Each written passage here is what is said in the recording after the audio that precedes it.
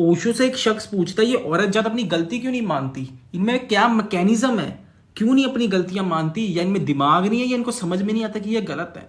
ओशो उत्तर देता है कि इनको भली भांति समझ में आता है कि ये गलत है, ये मानना नहीं चाहती। ये मानना इसलिए नहीं चाहती क्योंकि ये जानती है अगर इन्होंने एक बार मान लिया कि वो गलत है तो तुम उम्र भर उनको गलत ही ठहराते रहोगे। औरत ये रिस्क लेना नहीं चाहती और इस मामले में मैं औरत के साथ हूँ। ओशो कहता है कि तुम ऐसी लड़की से बात करते हो जो तुम्हें भाव दे, तुमसे बात करे, तुम्हें इंस्टेंट रिप्लाई दे, तुम्हें समझे। ओशो कहते हैं मेरा विचार थोड़ा अलग है। मैं ये सोचता हूँ कि तुम्हें ऐसी लड़की से बात करनी चाहिए जो तुम्हें भाव ही नहीं देती, क्योंकि क्या है कि उधर अटैचमेंट का सीन नहीं रहेगा, कोई दुख दर्द कोई पीड़ा कुछ भी नहीं है।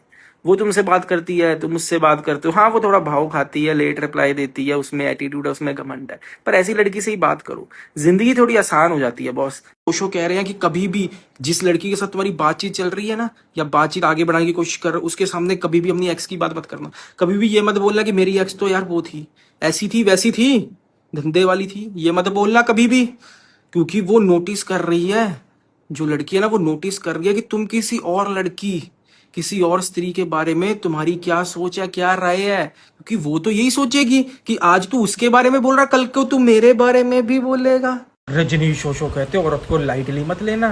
जिस दिन तुमने उसकी इज्जत को लूज करा, जिस दिन तुमने उसकी इज्जत करना बंद करा, उसके भीतर जो फीलिंग्स होगी तुम्हारे लिए वो खत्म हो जाएंगी। ओशो कहता है कभी स्त्री को जानो मत, कभी उसको समझने की कोशिश मत करो। बहुत पुरुषों ने ये कार्य करा, उन्होंने सोचा हम स्त्री को जानते हैं, हम स्त्री को समझते हैं, इससे हमारी मोहब्बत बढ़ेगी, हमारी अटैचमेंट बढ़ेगी, हमारा बॉन्ड बढ़ेगा। पर जिन भी पुरुषों ने ये कार्य करा उनकी मोहब्बत कम ही हुई है। रजनीश ओशो साफ साफ वार्निंग दे रहे हैं, कभी औरत से ये मत पूछना कि please please share with me your horrible experiences. कभी मत पूछना, कभी ये मत सोचना कि नहीं कि ऐसा क्या बोल देगी मैं तो सुन लूंगा। नहीं सुन पाओगे, तुम नहीं सुन पाओगे, कान से खून दिमाग फट जाएगा, मत पूछना।